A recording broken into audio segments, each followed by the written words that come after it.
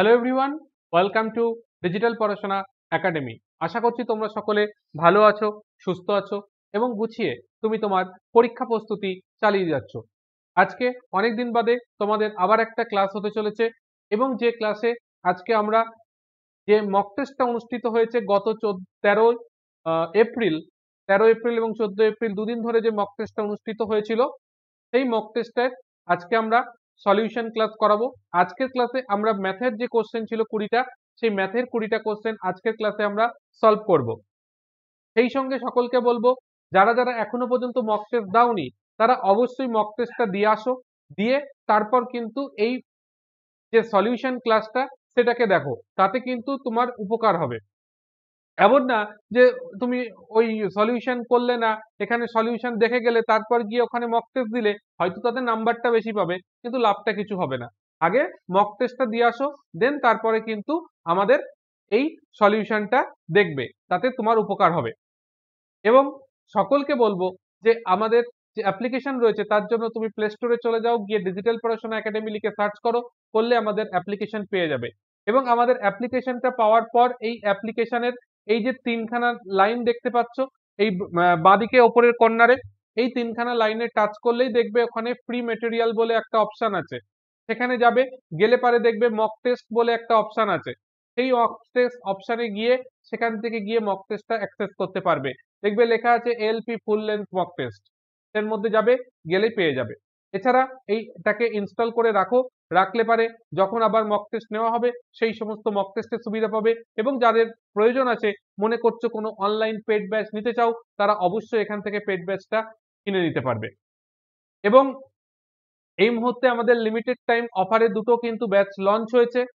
যে ব্যাচ দুটোর মধ্যে একটা রয়েছে জেনারেল সায়েন্সের ব্যাচ, সেই general science batch 2, foundation batch 2, যেখানে একদম বেসিক থেকে অ্যাডভান্স লেভেল পর্যন্ত পড়ানো হবে। তো যাদের প্রয়োজন আছে জেনারেল সায়েন্সের প্রিপারেশন আপকামিং এই সমস্ত পরীক্ষাগুলোর জন্য, technician, RPF, group D, NTPC এবং আদার্স অন্যান্য যে সমস্ত পরীক্ষায় জেনারেল সায়েন্স লাগে, তো তারা অবশ্যই এই ব্যাচটাই ভর্তি হয়ে যেতে পারো। কারণ আগামী 1 মে পর্যন্ত আমাদের কিন্তু এই অফারে এই প্রাইসের পাবে, তারপর কিন্তু প্রাইস বেড়ে যাবে। এবং আমাদের 1 মে থেকে এই ব্যাচের কিন্তু পূর্ণাঙ্গ ক্লাস শুরু হয়ে যাবে। এবং যারা যারা ডেমো ক্লাস দেখতে চাও তারা অ্যাপ্লিকেশনে চলে যাও, জেনারেল সায়েন্স ফাউন্ডেশন ব্যাচ 2 বলে যেটা লেখা আছে সেখানে যাবে, দেখবে ডেমো ক্লাস বলে দেওয়া আছে, ডেমো পিডিএফ দেওয়া আছে। সেখান থেকে গিয়ে ডেমো ক্লাস এবং পিডিএফ দুটোই তুমি দেখে নিতে পারবে। দেন ভালো লাগলে ভর্তি হবে, ভালো না লাগলে ভর্তি হওয়ার দরকার নেই। এবং তার পাশাপাশি আরো একটা ব্যাচ লঞ্চ হয়েছে, সেটা হচ্ছে কেমিস্ট্রির ওপর রেকর্ডেড ব্যাচ। এটা হচ্ছে সম্পূর্ণ রেকর্ডেড ক্লাস আছে। তো যারা মানে একদম লাইভ ব্যাচ যেগুলো সেগুলো একটু কস্টলি হয়, তো সেখানে যারা অ্যাক্সেস করছো না বা যারা নিতে পারছো না নিতান্তই, তারা রেকর্ডেড ব্যাচে যুক্ত হতে পারো। এটা এখন কেমিস্ট্রির ওপর লঞ্চ হয়েছে, আগামী দিনে বায়োলজি, ফিজিক্স সেগুলোর ওপরও কিন্তু এই ধরনের রেকর্ডেড ব্যাচ লঞ্চ হবে। তো আপাতত কেমিস্ট্রির লঞ্চ হয়েছে, যাদের প্রয়োজন আছে তারা এই ব্যাচে যুক্ত হয়ে যেতে পারো, হয়ে তোমরা তোমাদের প্রিপারেশন সবকিছু কন্টিনিউ করতে পারো। কি ফেসিলিটি, কি বৃত্তান্ত সবকিছু তোমাদের একটা ডিটেল ভিডিও বানিয়ে দেওয়া হয়েছে, সেখান থেকে গিয়ে দেখে নিতে পারবে। এছাড়া আমাদের সঙ্গে যুক্ত থাকার জন্য, ক্লাসের notification, important update, mock test এই সমস্ত কিছু পাওয়ার জন্য আমাদের টেলিগ্রাম চ্যানেল, এটাতে যুক্ত থাকো। লিঙ্কে যদি কাজ না করে এই কিউআর কোডটা স্ক্যান করে নাও, তুমি আমাদের সঙ্গে যুক্ত হয়ে যেতে পারবে। তো এইভাবে আমাদের সঙ্গে কানেক্টেড থাকো আর নিজের প্রিপারেশনটাকে ঠিক মতন ভালোভাবে করতে থাকো এবং প্রিপারেশনকে এগিয়ে নিয়ে যাও। আশা করছি নিশ্চয়ই তুমি তোমার গোলটাকে অ্যাচিভ করতে পারবে। তো আমাদের যে মক টেস্ট অনুষ্ঠিত হয়েছিল তার 31 নম্বর কোশ্চেন, বা তোমরা যদি দেখো ম্যাথামেটিক্স সেকশনে একটা কোশ্চেন ছিল, পরপর কোশ্চেন গুলো আসবে, আমার কাছে পরপর নাম্বার দিয়ে আছে, 31 নাম্বার থেকে আমি রেখেছি ম্যাথের কোশ্চেন গুলোকে। তো সেই কোশ্চেন হিসাবে আমার কাছে প্রথম যে কোশ্চেনটা এসেছে, সেই কোশ্চেনটা আমার নাম্বারের সঙ্গে তোমাদের হয়তো নাম্বার মিলবে না, কিন্তু এই কোশ্চেনটা ছিল, সেই সেটের মধ্যে খুঁজে নেবে, দেখবে পেয়ে যাবে। বলছে পি, কিউ ও আর যথাক্রমে 10, 12, 15 দিনে একা একা একটি কাজ শেষ করতে পারে। তারা তিনজন একসাথে কাজ শুরু করে, কিন্তু কাজ শেষ হওয়ার 2 দিন আগে কাজ ছেড়ে চলে যায়। কতদিনে কাজ শেষ হয়েছিল সেটা তোমার কাছে জানতে চেয়েছে। তো এই অঙ্কগুলো করতে গেলে পারে আমরা কি করি সাধারণত এইভাবে, পি, কিউ আর তিনজন কাজ করছিল। পি কত দিনে করেছে? 10 দিনে করেছে। কিউ কত দিনে করেছে? 12 দিনে করেছে এবং 15 দিনে করেছে আর। তো এদের সকলে কি করতে হয়? এলসিএম নিতে হয়। এলসিএম নিলে পারে কত হয়? 10, 12, 15, 60 হয় এলসিএম। তাহলে পি তাহলে কত দিনে করেছে? 10 দিয়ে 60 কে ভাগ করো, 6, এফিসিয়েন্সি 6, অর্থাৎ একদিনে 6 ইউনিট কাজ করে। কিউ একদিনে কত ইউনিট কাজ করে? 5 বারং 60, আর একদিনে কত কাজ করে? 4 ইউনিট কাজ করে। তাহলে তিনজন যদি একসঙ্গে কাজ করে তাহলে টোটাল কত কাজ করে? 15 ইউনিট কাজ করে। দেখো তিনজন যদি একসঙ্গে কাজ করে তাহলে একদিনে কত ইউনিট কাজ করে? 15 ইউনিট কাজ করে। এবার আসছে আসল গল্প। বলছে তারা তিনজন একসাথে কাজ শুরু করেছিল, কিন্তু কাজ শেষ হওয়ার 2 দিন আগে এখানে আগে এটা হবে হচ্ছে কিউ, এখানটা আসবে কিউ। কিউ কাজ ছেড়ে চলে যায়, দুদিন আগে কিউ কাজ ছেড়ে চলে যায়। ঠিক আছে, দুদিন আগে কি হয়েছে? কিউ কাজ ছেড়ে চলে যায়। এটা একটা প্রিন্টিং এরর রয়েছে। কোশ্চেনের মধ্যে দেখবে আসলে ছিল কিনা। এখানে যাই হোক আমি যেটা টাইপিং পেয়েছি সেখানে আমার এরর ছিল, তো আমি শুধরে দিলাম।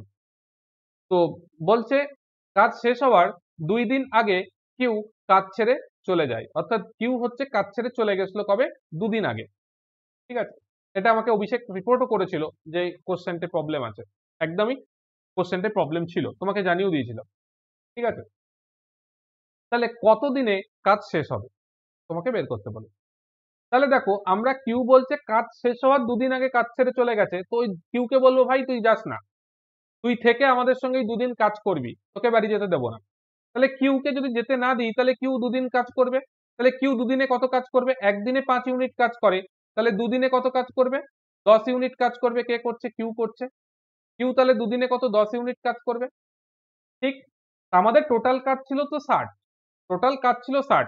এবার কিউ যেহেতু কিউ কে অতিরিক্ত আটকে রাখা হয়েছে, রেখে কাজ করানো হয়েছে, তার ফলে আমাদের কাজ কত হয়ে গেছে? 60 প্লাস 10, অর্থাৎ টোটাল আমাদের কাজ হয়ে গেছে 70 ইউনিট। তাহলে টোটাল কাজ হয়ে গেছে 70 ইউনিট। তাহলে এই 70 ইউনিট কাজ কারা করেছে? তিনজন মিলে একত্রে করেছে। কারণ আমি কিউকে যেতে দিইনি তো, কিউকে বলছি তুই থাকবি, কাজ করবি, তোকে ওই 2 দিন কাজ করতে হবে, 2 দিন আগে যেতে দেবো না। অর্থাৎ কিউ যদি না করতো তাহলে 30 ইউনিট কাজ করতো, কিন্তু কিউ যেহেতু করছে, কিউকে যেতে দিইনি, তাই কিউ কত কাজ করবে? অতিরিক্ত 10 ইউনিট। এই 10 ইউনিটটাকে যোগ করে নিলাম, দিয়ে আমরা 15 দিয়ে ভাগ করব। তাহলে 15 দিয়ে ভাগ করলে কত আসছে? 5 দিয়ে কাটো, 14/3। তাহলে 14/3 এটা আমাদের কারেক্ট অ্যান্সার আসবে, অর্থাৎ অপশন সি 14/3 আমাদের কারেক্ট অ্যান্সার। আমি জানি এটা প্রিন্টিং এরর ছিল, সেই কারণের জন্য অনেকে অঙ্কটা করতে পারোনি এবং অনেকের টাইম কনজিউম হয়েছে, কিন্তু পরীক্ষার সময় এরকম কিন্তু প্রিন্টিং এরর যুক্ত কোশ্চেন থাকবে। তো তখন তুমি কি করে করবে সেটা তোমার ব্যালেন্স, তোমার ব্রেনটাকে সেখানে খাটাতে হবে। যে একটা অঙ্ক যখন আমি দেখছি কিছু ভুল আছে, হচ্ছে না, তখন তাকে স্কিপ করে বেরিয়ে যেতে হবে। তার জন্য সময় বেশি খাটালে তোমার লস। ক্লিয়ার? নেক্সট আমরা চাচ্ছি পরের কোশ্চেন। বলছে একটা 180 লিটার মিশ্রণে দুধ ও জলের অনুপাত 5:1, যদি ওই অনুপাতটি 3:2 করতে হয় তাহলে আর কত লিটার জল যোগ করতে হবে সেটা তোমার কাছে জানতে হবে। আর কত লিটার তাহলে আমরা জল তার মধ্যে যোগ করব। এই ধরনের অঙ্কগুলো কি করে করব? আমাদের দুধ বলেছে, জল বলেছে, কত আছে প্রথমে? প্রথমে আছে 5:1 বলেছে, প্রথমে 5:1 আছে। তারপর কত হয়েছে? তারপর সেটা হয়েছে 3:2 হয়ে গেছে। এবার তোমাকে বলেছে কি করা হয়েছে? জল যোগ করা হয়েছে, তার ফলে 3:2 হয়ে গেছে। ঠিক আছে, তাহলে জলের পরিমাণ বেড়েছে, দুধের পরিমাণ বেড়েছে? বাড়িনি। দুধের পরিমাণ বেড়েছে? বলবে না, বাড়িনি। তাহলে দুধের পরিমাণ সেম করতে হবে। তাহলে দুধের পরিমাণ সেম করতে গেলে এখানে দেখো প্রথমে ছিল 5 ইউনিট, পরে হয়েছে 3 ইউনিট। তাহলে সেম করতে গেলে কি করতে পারি? 5 কে 3 দিয়ে গুণ করতে পারি, আর 3 কে 5 দিয়ে গুণ করতে পারি। যেহেতু রেশিও আছে তাই দুদিকেই গুণ করতে হবে, যেহেতু রেশিও আছে তাই দুদিকেই গুণ করতে হবে। করলাম। তাহলে জলের পরিমাণ কত হলো? 3, আর এখানে হলো কত? 5 দুগুণে 10। তাহলে কত ইউনিট জল যুক্ত করা হলো? জল যুক্ত করা হয়েছে কত? 7 ইউনিট জল যুক্ত করা হয়েছে। তাহলে মিশ্রণটা কত ছিল? এখানে দেখো 3 5 15, আর এখানে 3 18। তাহলে টোটাল 18 ইউনিট মিশ্রণ ছিল, যেটা কত? 180 লিটারের সঙ্গে সমান। ঠিক, মিশ্রণ কত ছিল প্রাথমিক অবস্থায়? কত? এখানে আছে 15 অনুপাত, এখানে আছে 3 অনুপাত। তাহলে টোটাল কত? 18 ratio. 18 ratio is equivalent 180 litre. তাহলে 1 রেশিওর ভ্যালু কত আসবে? 10 আসবে। 7 রেশিওর ভ্যালু কত আসবে? 70 আসবে। তাহলে আমাদের অ্যান্সার কত হবে? 70 হয়ে যাবে। অপশন এ আমাদের কারেক্ট অ্যান্সার হবে। যারা যারা অপশন এ করেছো তাদের প্রত্যেকের অ্যান্সার কারেক্ট হয়েছে। নেক্সট আমরা পরবর্তী কোশ্চেনে যাব। পরবর্তী কোশ্চেন বলছে একটা জামার ধার্য মূল্য 400 টাকা, জামাটি বিক্রি হয় 300 টাকায়, যদি 15% ক্ষতি হয় তাহলে জামাটির ক্রয় মূল্য কত শতাংশ বেশি ধার্য করা হয়েছে? মানে একটা জামার দাম 400 টাকা, সেটাকে 300 টাকায় যদি বিক্রি করা হয়, ধার্য মূল্য হচ্ছে 400 টাকা, তাকে যদি 300 টাকায় বিক্রি করা হয় তাহলে 15% ক্ষতি হয়, তাহলে জামাটার ক্রয় মূল্যকে কত শতাংশ বৃদ্ধি করা হয়েছিল সেটা তোমাকে বের করতে হবে। তো এই ধরনের অঙ্কের অ্যাপ্রোচ কি হবে? CP, SP, MP. সিপি মানে হচ্ছে কস্ট প্রাইস, এসপি মানে হচ্ছে সেলিং প্রাইস, এমপি মানে মার্ক প্রাইস। তাহলে তুমি কি করেছো? 300 টাকায় বিক্রি করেছো, ধার্য মূল্য কত ছিল? 400 টাকা। ঠিক, তাতে কি হয়েছে? 15% ক্ষতি হয়েছে। 15% ক্ষতি হয় কিসের ওপর? ক্রয় মূল্যের ওপর। 15% ক্ষতি মানে কত? 15% কে ফ্র্যাকশনে কনভার্ট করলে কত হয়? 20 থেকে 17, 15% ক্ষতি হয়েছে মানে 15% মানে 3/20, তাহলে 20 টাকার জিনিস 17 টাকায় বিক্রি করা হয়েছে, তার মানে এই ক্ষতিটা আমাদের হয়েছে। ঠিক আছে, এই ঘটনা ঘটেছে। তাহলে 300 টাকায় যদি বিক্রি করা হয় তাহলে সিপি আমাদের কত? 300 টাকায় বিক্রি করলে সিপি আমাদের কত? এটা আমাদের সিপি। মার্ক প্রাইস কত? এটা। তাহলে কতটা পরিমাণ টাকা বাড়ানো হয়েছে? আমরা কি করব? কতটা বাড়াইছি সেটা মার্ক প্রাইস থেকে সিপি কে বাদ দেবো, তাহলে পাবো। তাহলে 400 মাইনাস হচ্ছে, এখানে আমি গুণ করছি না, এমনি রেখে দিচ্ছি কাটাকাটির সুবিধার জন্য, এটা। তাহলে এখান থেকে গুণ করলে কত হচ্ছে?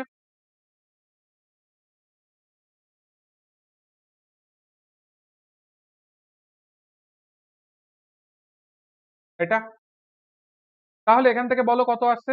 400 ইন্টু 17 করলে কত হচ্ছে? এটা। দুটো শূন্য, মাইনাস হচ্ছে 3 দুগুণে 6 বাই 17, মানে এখান থেকে অ্যাকচুয়ালি তোমার বিষয়টা আসছে 800/17। তাহলে 800/17 এত টাকা বৃদ্ধি করা হয়েছে, কার ওপর করা হয়? ক্রয় মূল্যের ওপর। তাহলে ক্রয় মূল্যের ওপর যদি অত পার্সেন্ট বৃদ্ধি করা হয় তাহলে পার্সেন্টেজ হিসাবে কত হচ্ছে সেটা ক্যালকুলেট করব।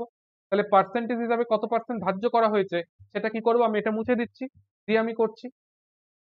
তাহলে আমরা দেখলাম যে 800/17 এত টাকা কি মানে এত টাকা বাড়ানো হয়েছে দাম ক্রয় মূল্যের ওপর।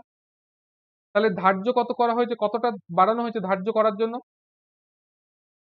ধার্য করার জন্য কত পার্সেন্ট বৃদ্ধি করা হয়েছে? বৃদ্ধি করেছি, সেটা কত? 800/17 ডিভাইডেড বাই তোমার সিপি। সিপি কত রয়েছে? 300 ইন্টু 20 ডিভাইডেড বাই 17। তাহলে 17 17 ক্যান্সেল হয়ে গেল, পরে রইল ওপরে হচ্ছে 800, নিচে হচ্ছে 20, আর উপরে একটা 100 আসবে, কারণ পার্সেন্টেজ করছি সেই কারণের জন্য। তো 100 দুটো শূন্য, 300 দুটো শূন্য কেটে গেল, এই শূন্য এই শূন্য কেটে গেল, 3 দিয়ে যদি এটাকে কাটি তাহলে আসছে 40, 2 দিয়ে কাটলে তাহলে আমাদের আসছে কত? 40/3।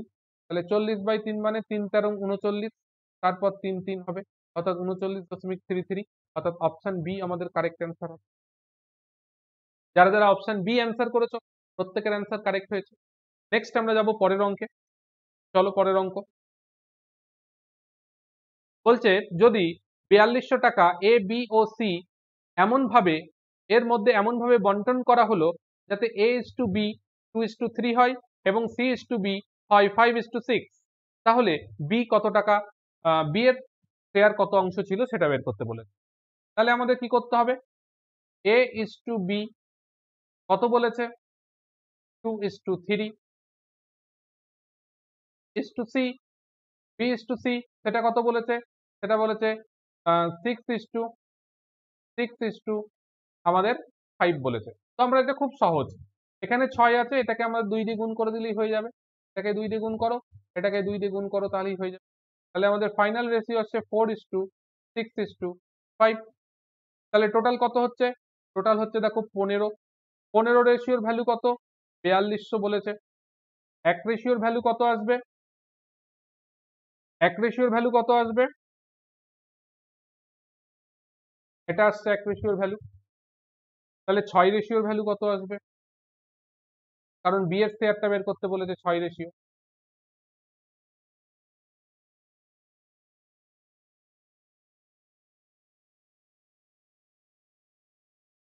Option C correct. ঠিক আছে, নেক্সট আমরা চলে যাচ্ছি পরেরটা। পরেরটা দেখো একটা ডিআই দিয়েছে। নিম্নলিখিত বার গ্রাফটিতে 3 বছরে একটা কোম্পানি দ্বারা কম্পিউটার মোট উৎপাদন এবং রপ্তানি দেখিয়েছে হাজারে, প্রত্যেকটা নাম্বার আছে হাজারে। প্রদত্ত বছরে কোম্পানির গড় রপ্তানি নির্ণয় করতে বলেছে। তাহলে এখানে দেখো যেগুলো ব্লু কালার আছে সেগুলো প্রোডাকশন মানে উৎপাদন, আর লাল কালার যেটা আছে সেটা হচ্ছে এক্সপোর্ট মানে রপ্তানি করা। তোমাকে বের করতে বলেছে গড় রপ্তানি কত হয়েছে 3 বছরে। তাহলে আমরা দেখতে পাচ্ছি প্রথম বছরে হচ্ছে 11, তারপরের বছরে 14, তারপরের বছরে হচ্ছে 5। তাহলে টোটাল কত হয়েছে? টোটাল কত হচ্ছে? টোটাল হচ্ছে 30। তাহলে 30 হচ্ছে টোটাল রপ্তানি। তাহলে আমাদের বের করতে হবে 3 বছরে এভারেজ। তাহলে সেটা কত হচ্ছে? 10। আর প্রত্যেকটা হাজারে মানে 10 কে আসছে, 10 কে মানে অপশন ডি। এতটাই সোজা ছিল অঙ্ক। কত সময় লাগে এই অঙ্কটা করতে? চলো পরেরটা। বলছে অমল 11 কিলোমিটার পার আওয়ার বেগে স্থির জলে তার নৌকা চালাতে পারে। যদি স্রোতের গতি 7 কিলোমিটার পার আওয়ার হয় তাহলে স্রোতের অনুকূলে 54 কিলোমিটার দূরত্ব যেতে কত সময় লাগবে? স্রোতের অনুকূলে 54 কিলোমিটার দূরত্ব যেতে কত সময় লাগবে?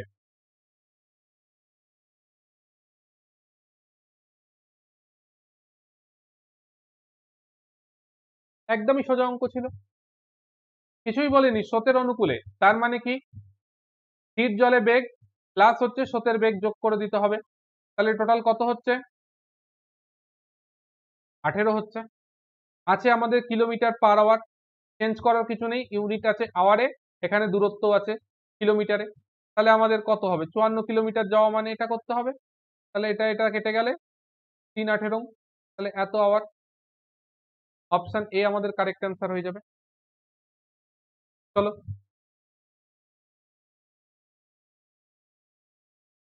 বলছে একজন কৃষকের একটি ট্রাপিজিয়াম আকৃতির জমি আছে যার সমান্তরাল বাহুদ্বয় 6.32 গজ ও 7.868 গজ। সমান্তরাল বাহুগুলির মধ্যে দূরত্ব 5.50 গজ। জমিতে নাঙল দিয়ে চাষ করতে খরচ হয় প্রতি বর্গ গজ 1200 টাকা। তাহলে সম্পূর্ণ জমি চাষ করতে কত টাকা খরচ হবে? তাহলে একটা ট্রাপিজিয়াম আকৃতির জমি ছিল। তো ট্রাপিজিয়ামের সমান্তরাল বাহুগুলো একটা বলেছে 6.32 গজ আর একটা বলেছে 7.68 গজ, আর এদের মধ্যেকার দূরত্ব বলেছে 5.50 গজ। তাহলে একটা ট্রাপিজিয়াম আকৃতির জমির তার ক্ষেত্রফল বের করার ফর্মুলা কি হয়?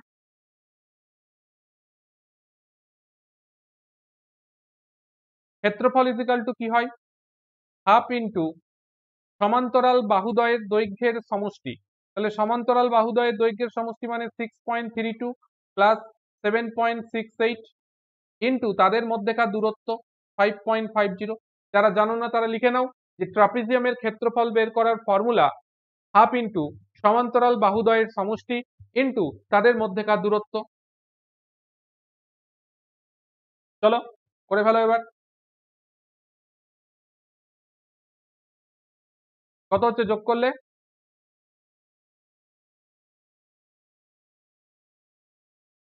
14 হচ্ছে। তো এটাকে কাটলে পারে 7 হচ্ছে।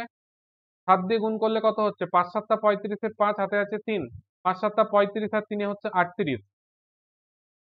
এত বর্গ গজ। ঠিক আছে, তাহলে খরচ কত হবে?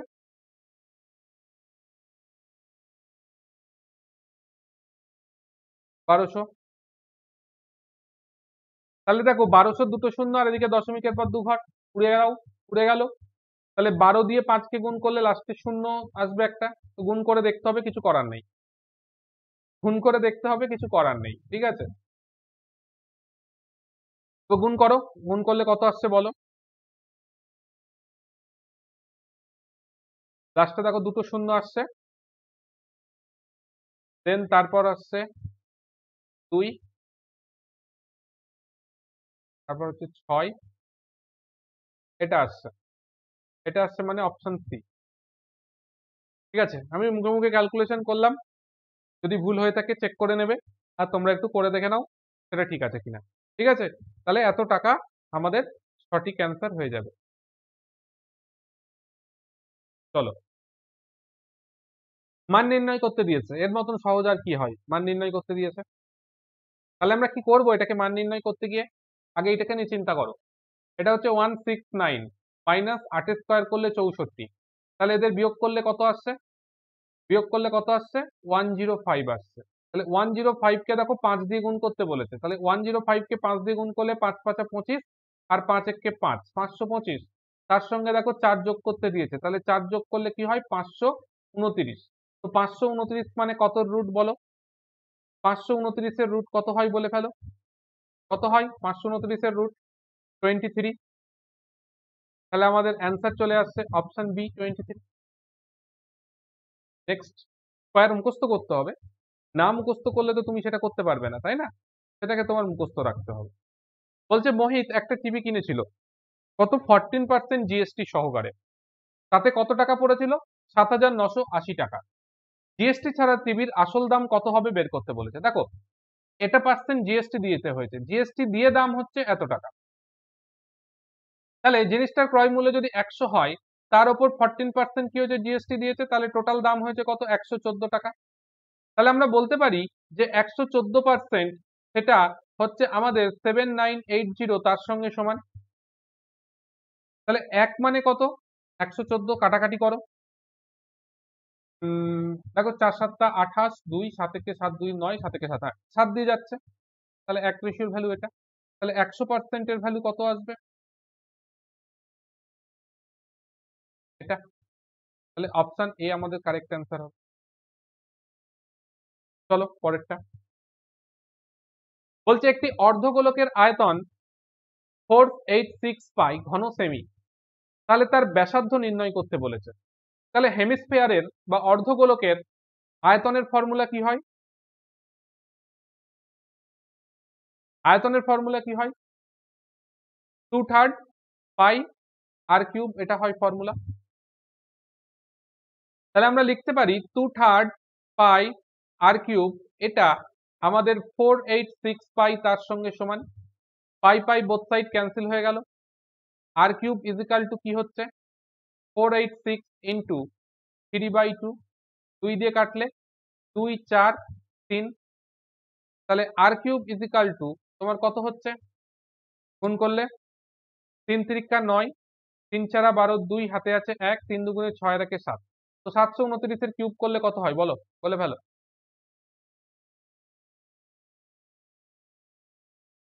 729 এর কিউব রুট করলে কত হয়? 9 হয়। তা আমাদের অ্যান্সার হয়ে গেল অপশন বি 9। অপশন বি 9 আমাদের এক্ষেত্রে সঠিক উত্তর হয়ে গেল। চলো পরেরটা।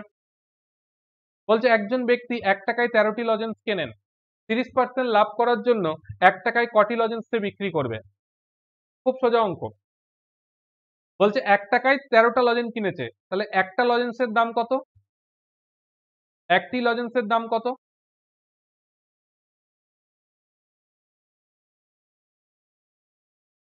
একটা লজেন্সের দাম কত? 1/13। কত লাভ করেছে? 30% লাভ করেছে। তাহলে 30% লাভ করা মানে তোমার এসপি আর সিপি কত হবে বলো? 30% লাভ করেছে মানে 10 টাকার জিনিস 13 টাকায় বিক্রি করেছে। তাহলে যে জিনিসটা 1/13 কিনেছে সেটা তাহলে সে কত টাকায় বিক্রি করবে? তাহলে 13/10 ইন্টু 1/13, তাই তো করতে হয়। তাহলে 13 13 কেটে গেল, তাহলে এসে দাঁড়ালো কত? 1/10। অর্থাৎ মানে 30% লাভে বিক্রি করতে গেলে তাকে একটা লজেন 1/10 পয়সায় বিক্রি করতে হবে, বা 1/10 টাকায় বিক্রি করতে হবে। তাহলে 1 টাকায় কটা দেবে? তাহলে 1 টাকায় সে কটা দেবে? 10টা দেবে। 1 টাকায় সে 10টা বিক্রি করবে। অপশন বি হয়ে যাবে আমাদের কারেক্ট অ্যান্সার।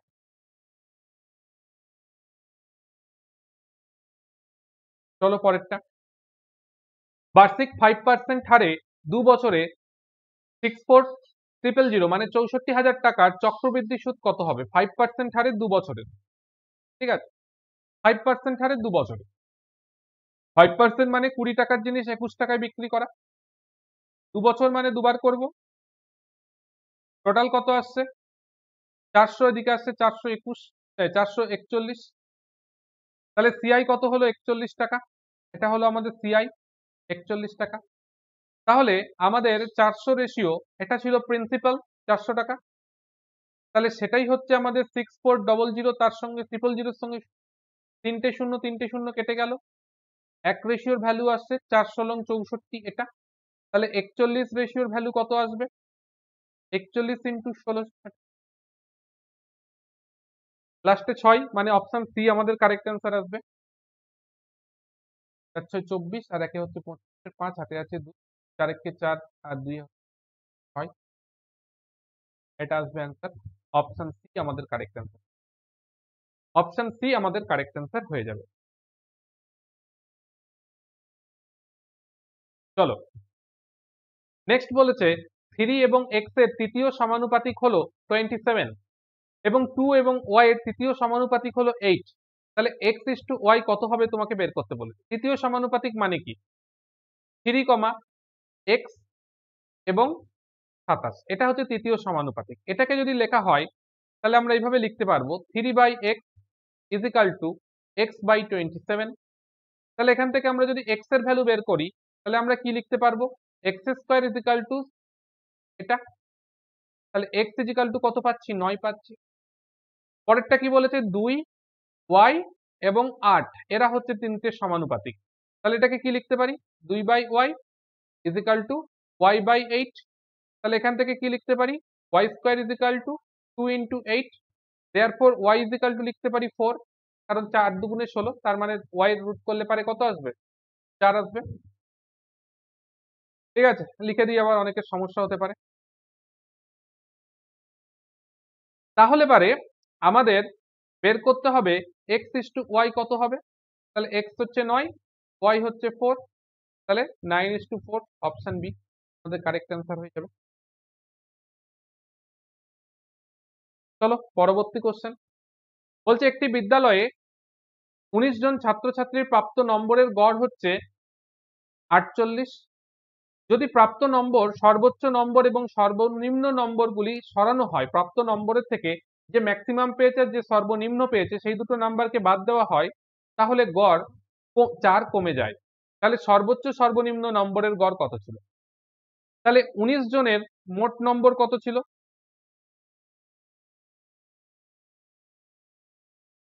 সেটা হচ্ছে 19 ইন্টু 48, গুণ করলে হচ্ছে কত?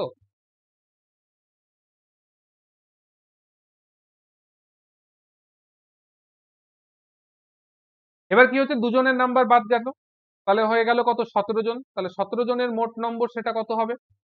17 ইন্টু গড় দেখো 4 কমে গেছে, তাহলে 48 থেকে 4 কমলে হলো কত? 44, গুণ করব কত হচ্ছে?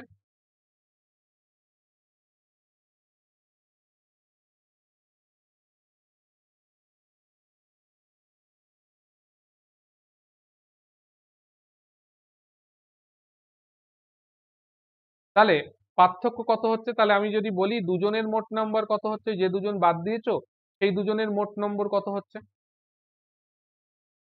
যে দুজনের বাদ দেওয়া হয়েছে তাদের মোট নম্বর কত হচ্ছে? দেখো বাদ দিলে কত হচ্ছে? 4, 1, 6, জনের মোট নাম্বার। তাহলে এদের গড় কত হবে? 164 ডিভাইডেড বাই 2 করে দাও, তাহলে পারে আসবে 82। আমাদের অ্যান্সার অপশন ডি, 82 আমাদের কারেক্ট অ্যান্সার। চলো পরেরটায় যাই। আরো সোজা অঙ্ক, আরো সোজা একটা অঙ্ক করো, যোগ বিয়োগ করে ফেলো, কত আসছে বলো। দেখো 15 আর এই 2 যোগ করলে 17, আর এই 17 কেটে গেল। ঠিক আছে, এটা কেটে গেল। নেক্সট হচ্ছে আহ, এখানে দেখো না, আচ্ছা ঠিক আছে, আমরা এমনি করে দিই।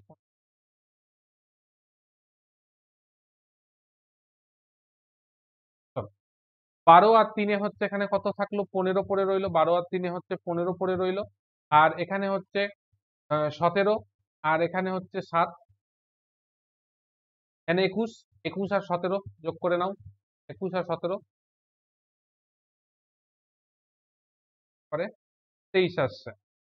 আচ্ছা, নিচে কত আসছে দেখো, 7 2 এ 9, আর এই 9 কেটে গেল। এখানে 4 এর থেকে 2 বাদ দিলে 2, 22 এর থেকে 2 বাদ দিলে পারে আসছে 20। তাহলে 23/20 আমাদের অ্যান্সার। অপশন সি আছে দেখো, 23/20। 23/20 আমাদের কারেক্ট অ্যান্সার হয়েছে। নেক্সট পরেরটা, এটাও দেখো মান নির্ণয় করতে দিয়েছে। তো এক্ষেত্রে বদমাস রুল অ্যাপ্লাই হবে, করে ফেলো বদমাস রুল। প্রথমে ভাগ করতে হবে, তো ভাগ করলে কত হচ্ছে 6, তারপর গুণ করতে হবে 3 কে, তাহলে 3 6 কত হচ্ছে 18, তারপর যোগ আছে, তাহলে 18 এর সঙ্গে 84 যোগ করে দাও, 18 এর সঙ্গে 84 যোগ করে দাও।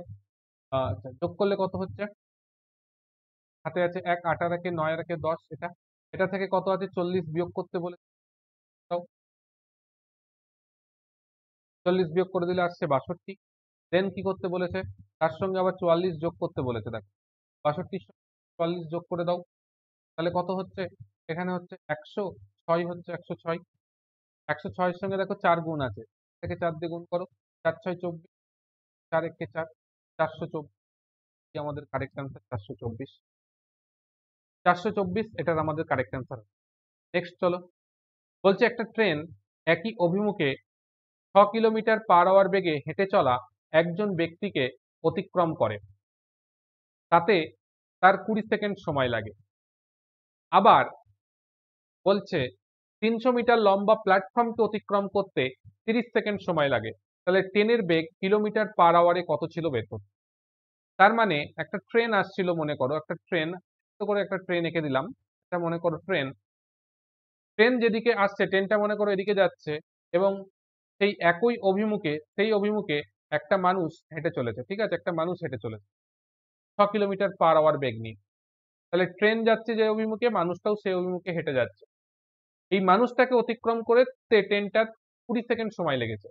তারপর সে কি করেছে, একটা 300 মিটার লম্বা প্ল্যাটফর্ম রয়েছে, সেই প্ল্যাটফর্মটাকে সে কি করেছে, অতিক্রম করেছে 300 মিটার লম্বা, তাতে তার 30 সেকেন্ড সময় লেগেছে। তাহলে আমরা এখানে জানি না অনেক কিছুই, জানি না কি ট্রেনটার দৈর্ঘ্য কত সেটা এল ধরে নিলাম, ট্রেনটার বেগ কত সেটাকে এস ধরে নিলাম। ঠিক আছে, তাহলে আমরা লিখতে পারি, দেখো তো, এল প্লাস এস মানে এল প্লাস এস নয়, এল প্লাস 300, এল প্লাস 300, অর্থাৎ যখন প্ল্যাটফর্মকে কভার করে তখন ট্রেনের দৈর্ঘ্য প্লাস প্ল্যাটফর্মের দৈর্ঘ্য কভার করে। কত সময়, সেই টোটাল দূরত্বটা মানে কত, দেখো 30 সেকেন্ড সময় নিয়েছে, 30 সেকেন্ড ইন্টু কত, তার বেগ কত, বেগ আমি ধরেছি এস, সেটা কিলোমিটার পার আওয়ারে ধরেছি। তাহলে এস কিলোমিটার পার আওয়ার থেকে যদি আমাকে মিটার পার সেকেন্ডে নিতে হয়, তাহলে কি করব, 5/18 দিয়ে গুণ করবো। এবারে মানুষটাকে যখন অতিক্রম করছে, তার মানে কি ট্রেনটা তার নিজের দৈর্ঘ্যের সমান দৈর্ঘ্য অতিক্রম করছে। এল কত সময় নিচ্ছে, 20 সেকেন্ড সময় নিচ্ছে। বেগ কত, দেখো বেগ হচ্ছে মানুষটা 6 কিলোমিটার পার আওয়ার বেগে হাঁটছে। রিলেটিভ ভেলোসিটির কনসেপ্ট অনুযায়ী আমরা জানি একই অভিমুখে যদি দুজন চলে তাহলে বেগ কি হয়, বিয়োগ করে দিতে হয়, ইন্টু 5/, এবার কি হচ্ছে, বিয়োগ করো দুটোকে, বিয়োগ করলে দেখো এল এল ক্যান্সেল হয়ে যাচ্ছে, এদিকে পড়ে রইল 300 ইজিক্যাল টু, এদিকে তুমি 5/18 কমন নিতে পারো, নিয়ে নাও 5/18 কমন, 5/18 ইন্টু 10ও কমন নিয়ে নাও, নিয়ে নিলে পড়ে রয়েছে দেখো তোমার 3s মাইনাস 2s প্লাস 6 দুগুণে 12, পড়ে যায়। একবারে করে দিলাম, অসুবিধার কিছু নেই। এটা রইলো, এদিকে 0 এদিকে 0 কেটে দিলাম, 5 দিয়ে 30 কে কেটে দিয়ে 6 লিখলাম। ঠিক আছে, 6 ইন্টু 18 করলে 108 হবে। এদিকে কত আসছে, s প্লাস 12 আসছে, তাহলে s ইজিক্যাল টু কত হবে, 108 মাইনাস 12, 108 থেকে 12 বাদ দিলে 96, তাহলে s ইজিক্যাল টু কত আসবে, 96 কিলোমিটার পার আওয়ার, যেটা ছিল আমাদের ট্রেনের গতিবেগ। ঠিক আছে, এটা একটা ভালো কোয়ালিটির অঙ্ক ছিল। চলো নেক্সট আমরা চলে যাচ্ছি পরবর্তী কোশ্চেন। বলছে ক্ষুদ্রতম কোন সংখ্যাকে পরপর যথাক্রমে 5 3 এবং 7 দ্বারা ভাগ করলে যথাক্রমে 2 1 2 ভাগশেষ থাকবে। ঠিক আছে, এটা হচ্ছে সাকসেসিভ ডিভিশন বলে একটা আছে নাম্বার সিস্টেমের মধ্যে বিষয়, সেই বিষয়টা এখানে করা হয়েছে। তো এটাকে করতে গেলে পারে আমাদের যেটা করতে হয় সেটা হচ্ছে এরকম ভাবে ছক করে নিতে হবে একটা, ঠিক আছে, ছক করে নিতে হবে। কি কি দিয়ে ভাগ করতে বলেছে? প্রথমে 5, তারপর 3, তারপর 7, ঠিক আছে। তাতে কি কি আম, ভাগ করলে যথাক্রমে কি কি অবশেষ আসে? প্রথমটায় আসে 2, তারপরটায় আসে 1, তারপরেরটায় আসে 2, ঠিক আছে। আর এই মাঝখান বরাবর কি লিখবো? ভাগফল গুলোকে লিখবো। তো আমরা প্রথমে ভাগফল, তুমি 0, 1, 2, 3, 4 সবটা যে কোনো ইচ্ছা নিতে পারো। তবে TCS যেটাকে সঠিক বলে মানে সেটা হচ্ছে 1 কে নিয়ে করাটাকে প্রেফার করে, অর্থাৎ 0 নিয়ে করাটাকে প্রেফার করে না। তাই জন্য আমি ধরে নিচ্ছি আমাদের ভাগফল 1। তাহলে কি হচ্ছে? 7 1 কে 7, তার সঙ্গে ভাগশেষ যোগ করতে হয়, তাহলেই ভাজ্য পাওয়া যায়, তাই তো? তাহলে 7 1 কে 7 আর 2 এ 9, 3 7 নং কত? 27, আর 1 এ কত? 28, ঠিক আছে। 5 28 140, প্লাস 2 করলে 140। তাহলে আমাদের যে সংখ্যাটা দিয়েছিল এই 142, এই 142 সংখ্যাটাকে যদি 5 দিয়ে, তারপর 3 দিয়ে, তারপর 7 দিয়ে ভাগ করা হয়, তাহলে 2 1 2 এগুলো আমাদের অবশেষ। এইটাকেই বলা হয় সাকসেসিভ মেথড, সাকসেসিভ ডিভিশনকে। তো এটাকে এইভাবে করতে হবে। নেক্সট আমরা চলে যাচ্ছি আমাদের পরবর্তী বিষয়। সেটা দেখো দিয়েছে একটা ত্রিকোণমিতির অঙ্ক দিয়েছে। তো এটা আমি দেখলাম অনেক স্টুডেন্টই ভুল করেছে, কারণ কনসেপ্ট ক্লিয়ার নেই, সেই কারণের জন্য হয়েছে এটা। তো এটা ইজিক্যাল টু আমরা লিখতে পারি যে tan 180 ডিগ্রি প্লাস 45 ডিগ্রি লিখতে পারি। তাহলে দেখো 255 হয়। 180 ডিগ্রি মানে জোড় গুণিতক, তাই জন্য tan এর মান চেঞ্জ হবে না। তাহলে আমরা পাবো tan 45 ডিগ্রি, দ্যাট মিনস পাবো 1। নেক্সট আছে cot 405 ডিগ্রি। 405 ডিগ্রি মানে কি? cot দেখো 360 ডিগ্রি প্লাস 45 ডিগ্রি লিখতে পারি। তাহলে দেখো ওটা আসে। দেখো এটা জোড় গুণিতক, তার মানে cot চেঞ্জ হবে না, cot যা ছিল তাই থাকবে, তার মানে পাচ্ছি 1। নেক্সট হচ্ছে tan 765 ডিগ্রি, তার মানে কত হবে? tan এটা কত লিখতে পারি? এটা লিখতে পারি আমরা 65, তো আমরা 72 করেও লিখতে পারি।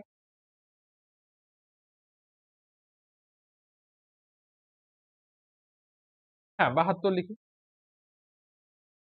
এটা প্লাস হচ্ছে 45,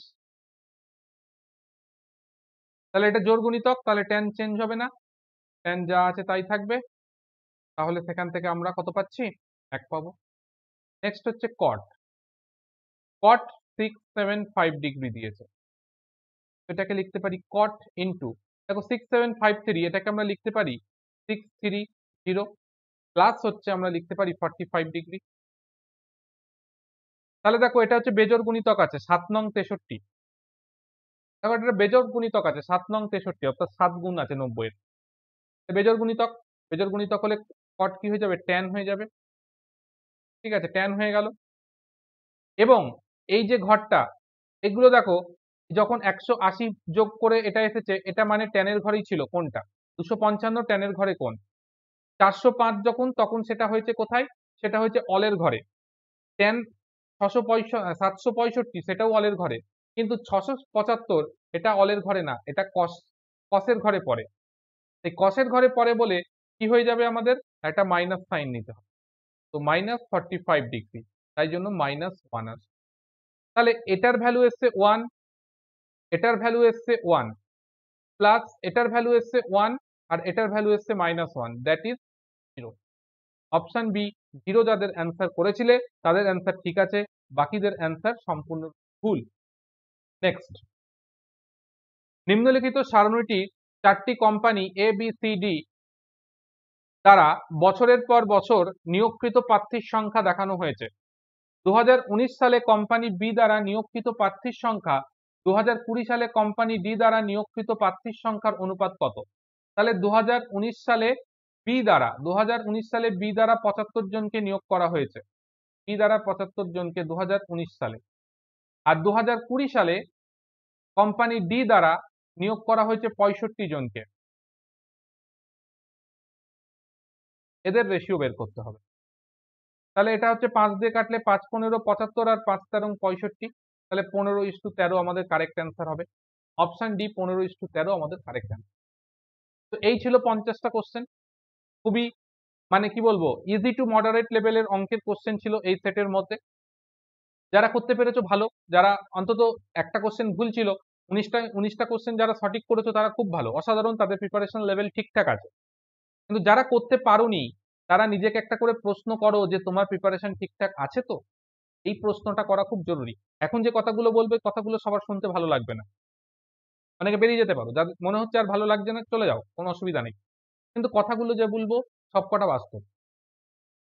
যে একটা easy to moderate level question হচ্ছে পরীক্ষা, সেই কোশ্চেনে তুমি যদি অন্তত পক্ষে 17 থেকে 19-এর মধ্যে, কারণ 20 হতো, একটা কোশ্চেন ভুল ছিল বাদই দিলাম, 17 থেকে 19-এর মধ্যে সঠিক অ্যান্সার না করতে পারো, তাহলে তুমি কোনোদিনও ওই 80% টার্গেট অ্যাচিভ করতে পারবে না। কোনোদিনও তুমি 80% টার্গেট অ্যাচিভ করতে পারবে না যদি তুমি এই 17 থেকে 19টা কারেক্ট অ্যান্সার না করতে পারো এই ইজি টু মডারেট লেভেল কোশ্চেনে। এটা খুব দরকার। তাহলে তুমি যেখানে প্রস্তুতি নিচ্ছ বা যেখানে তুমি যে প্রস্তুতিটা নিচ্ছ, যেখানে বলবো না, তুমি যে প্রস্তুতিটা নিচ্ছ সেটা ঠিকঠাক হচ্ছে না,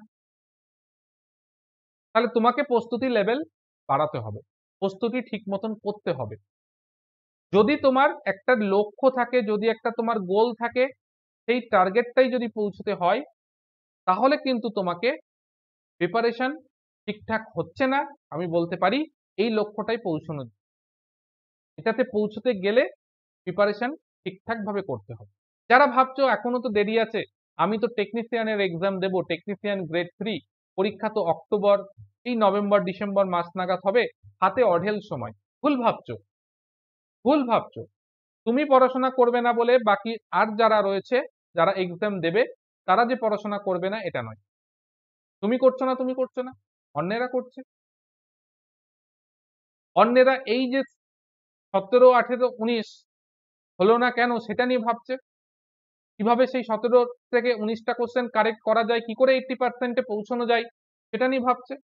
তুমি সেটা নিয়ে ভাবছো না।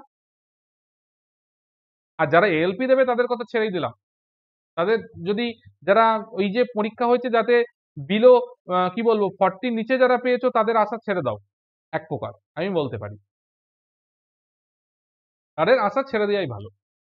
যদি এখনো ঠিকঠাক না পড়ো, এখনো যে 2 মাসও নেই, তার থেকেও কম সময় রয়েছে, সেই সময়টাই যদি ঠিক মতো না পড়ো, তাহলে আর পড়ে লাভ নেই, কিচ্ছু হবে না, এটুকু ধরে রাখো। তাই নিজের প্রিপারেশনকে প্রশ্ন করো যে আমার প্রিপারেশন ঠিক মতন হচ্ছে তো, আমার প্রিপারেশন ঠিকঠাক আছে তো, আমি ঠিক মতন ভাবে গাইডেন্স নিয়ে পড়াশোনা করছি তো। এই প্রশ্নগুলো ভাইটাল। আমাকে কয়েকজন স্টুডেন্ট বলেছে যে আমি স্যার অমুক জায়গায় মক টেস্ট দিয়েছি, আমি এত পাচ্ছি, এখানে মক টেস্ট দিয়ে কম পাচ্ছি।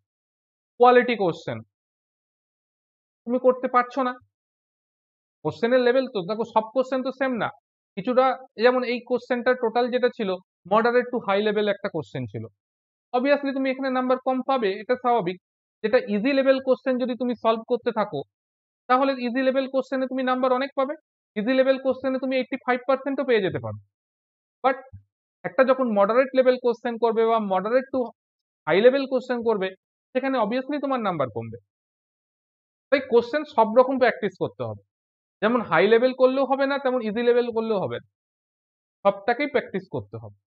তাহলে পারে তুমি বুঝতে পারবে যে তোমার প্রিপারেশনটা ঠিকঠাক জায়গায় আছে কিনা, সঠিকভাবে তোমার প্রিপারেশনটা চলছে কিনা, সেটা করতে হবে।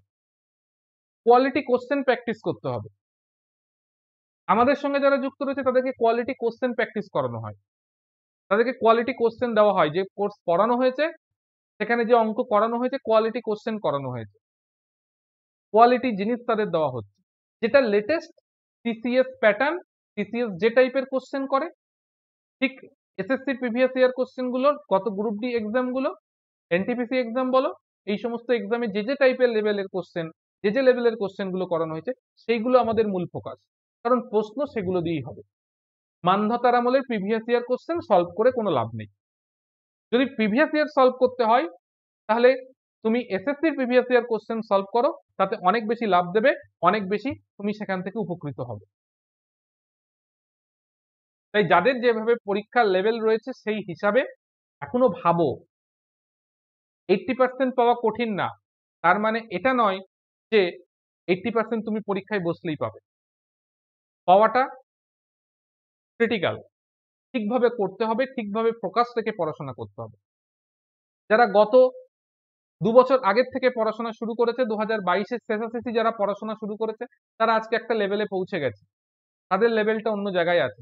আর যারা নোটিফিকেশন বেরোইছে তারপর পড়াশোনা শুরু করেছে, তাদের অবস্থা তো কিছু বলার নেই। তুমি হিসাব করে নাও নিজে, যারা 2022 থেকে এই বিষয়টা নিয়ে পড়াশোনা করছে তাদের লেভেলটা, আর তুমি 2024-এর জানুয়ারি মাস থেকে প্রিপারেশন শুরু করেছো, এই দুটোর মধ্যে তো পার্থক্য একটা তৈরি হবে। তাই ভাববে কম, কাজ করবে বেশি। কাজ করলে লাভ আছে, ভেবে কোনো লাভ হবে না, ভেবে চিন্তা করে কিচ্ছু হবে না। যে সময়টা ভাববে সেই সময়টা 5টা পড়া রেডি করবে, কাজে দেবে। যাই হোক, নিজেদের ভালো নিজেরা বুঝবে, নিজেদের মতন ভাবে তৈরি হবে, নিজেদের মতন ভাবে এগিয়ে যাবে। কোথায় কি করবে, কোথায় যাবে, সেগুলো সব চিন্তা ভাবনা নিজেদের, নিজেদের দায়িত্ব। কারণ আলটিমেটলি তুমি যদি লক্ষ্যে না পৌঁছতে পারো, দায়টা তোমারই থাকবে। সেই দায়টা তোমার বাবা মারও থাকবে না, কোনো টিচারের থাকবে না, কোনো ইনস্টিটিউটের থাকবে না, কোনো সংস্থার থাকবে না। তাই তোমাকেই নিতে হবে। কেন তুমি করোনি কেন? প্রশ্ন হবে তুমি করোনি কেন? তোমার কাছে তো অপশন সব ছিল। তুমি কেন সেটাকে লাগাওনি? সেটাকে কেন কাজে লাগাওনি? তাই তোমাকে নিতে হবে। সেই জায়গাটা থেকে চিন্তা ভাবনা করবে, সেই পয়েন্ট অফ ভিউ থেকে চিন্তা ভাবনা করবে যে আমি যে প্রিপারেশন নিচ্ছি সেটা ঠিকঠাক আছে তো, সেটা সঠিক লেভেলে আছে তো, নাকি প্রবলেম আছে? প্রবলেম থাকলে সেটাকে এখনো রেকটিফাই করো। কারণ টেকনিশিয়ান যারা দেবে তাদের জন্য রেকটিফাই করার সময়টা আছে, এলপির জন্য সেই রেকটিফাই করার আর সময়টা নেই। চেষ্টা করতে হবে যেটুকু প্রিপারেশন আছে সেটা নিয়ে এলপি দেওয়ার। বাট যারা টেকনিশিয়ান এক্সাম দেবে তাদের কাছে কিন্তু রেকটিফিকেশনের অনেক সময় রয়েছে, সেই সময়টাকে কাজে লাগাও যাতে তুমি রেকটিফাই করে তোমার লক্ষ্যে পৌঁছো। যাই হোক, আজকে এই 50টা মানে 50 পর্যন্ত ম্যাথামেটিক্সের 20টা কোশ্চেন কমপ্লিট করে দিলাম। নেক্সট এর পরে একটা ক্লাসে রিজনিং করিয়ে দেবো, আর একটা ক্লাসে আমরা সায়েন্স অ্যান্ড জিকে যে কোশ্চেন গুলো ছিল সেগুলোকে সলভ করে দেবো। তাহলে পরে টোটাল মক টেস্টে জিনিসগুলো আমাদের কমপ্লিট হয়ে যাবে। তো যাদের প্রয়োজন ছিল তারা দেখে নিলে মক টেস্টের কোশ্চেন গুলো কিভাবে সলভ করা যায়, কিভাবে আমরা তাড়াতাড়ি সেটাকে ক্যালকুলেট করতে পারি এবং কিভাবে তাড়াতাড়ি সেগুলো করতে পারি। আশা করছি আগামী দিনে যে সমস্ত ক্লাসগুলো আসবে সেই সমস্ত ক্লাসগুলোতে তোমাদের জন্য কিছু গুরুত্বপূর্ণ ক্লাস এনে দিতে পারবো, এবং আমাদের সঙ্গে যুক্ত থাকো এবং যে সমস্ত ক্লাস আছে সেই ক্লাসগুলো করতে থাকো। আশা করছি তোমরা অবশ্যই এখান থেকে দেখা হবে আবার অন্য কোনো সেশনে, অন্য কোনো সময়। যদি কোনো মতামত থাকে তোমার এই বিষয়, অবশ্যই কমেন্ট সেকশনে সেটা লিখে জানাবে যে তোমার কি মতামত আছে, বা তোমার কোনো বক্তব্য থাকলে সেটাকেও বলতে পারো। দেন আমরা ফাইনালি আমাদের জার্নি এগিয়ে নিয়ে যেতে থাকবো। সকলকে গুড বাই।